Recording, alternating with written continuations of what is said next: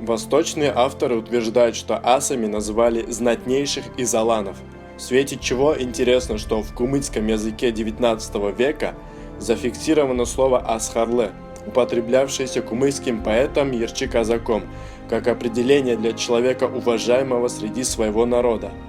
Со словом «асхарлы» созвучно нагайское и кумыкское название Эльбруса «асхартау». Таким образом, эльбрусчанин и уважаемый выводятся одним словом «асхарлы».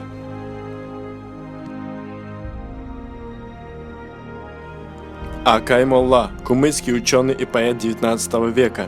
После Крымской войны 1856 года эмигрировал вместе с мухаджирами в Турцию, но через некоторое время покинул ее и перебрался в Крым. Здесь своим поэтическим словом и делом вел непримиримую борьбу против засланных царских агентов, провоцировавших исход крымско-татарского населения со своей родины на чужбину. В своих стихах Акай Молла живописует бедственное положение мухаджиров в Турции. Все это возымело свое действие. Многие крымско-татарские семьи начали отказываться от переселения. Это, разумеется, приходило в противоречие с официальной политикой царских властей, поощрявших обратное. Местные власти Крыма не нашли ничего иного, как ликвидировать народного заступника. Он был убит. Крымские татары возвели над его могилой тюрбе, мавзолей.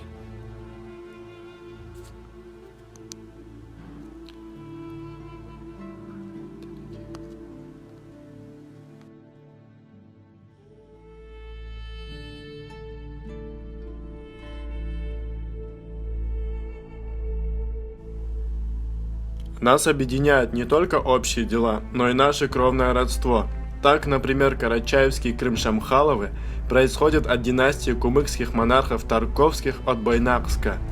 Среди терских кумыков есть большое количество родов, происходящих от карачаево-балкарцев, крымских татар и нагайцев. Среди крымских татар есть целая субэтническая группа нагайцев.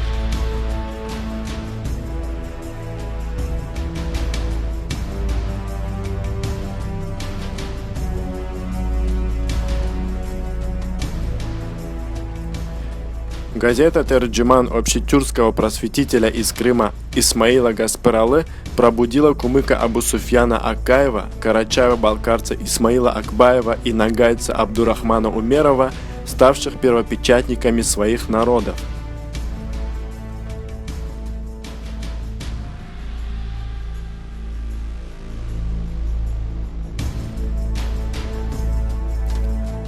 А мы все можем читать стихи Кайсына Кулиева.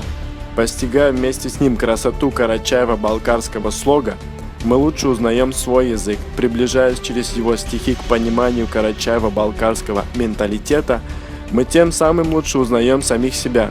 Кайсын Кулиев и все авторы литературы карачаево-балкарцев, крымских татар, нагайцев и кумыков – это наше общее литературное богатство, написанное на 4 литературных нормах одного языка.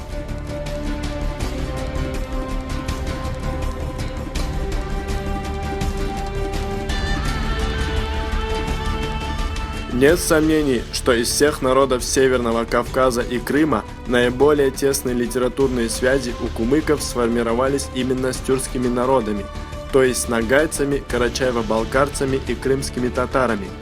Не случайно Тахир Бла Зухура карачаевского поэта Шауайланы Дауда Хаджи начинается с зачина «Бутаурухну эшиттим идильни джахасында ноғай бла кумукта Бахчисарай қалада».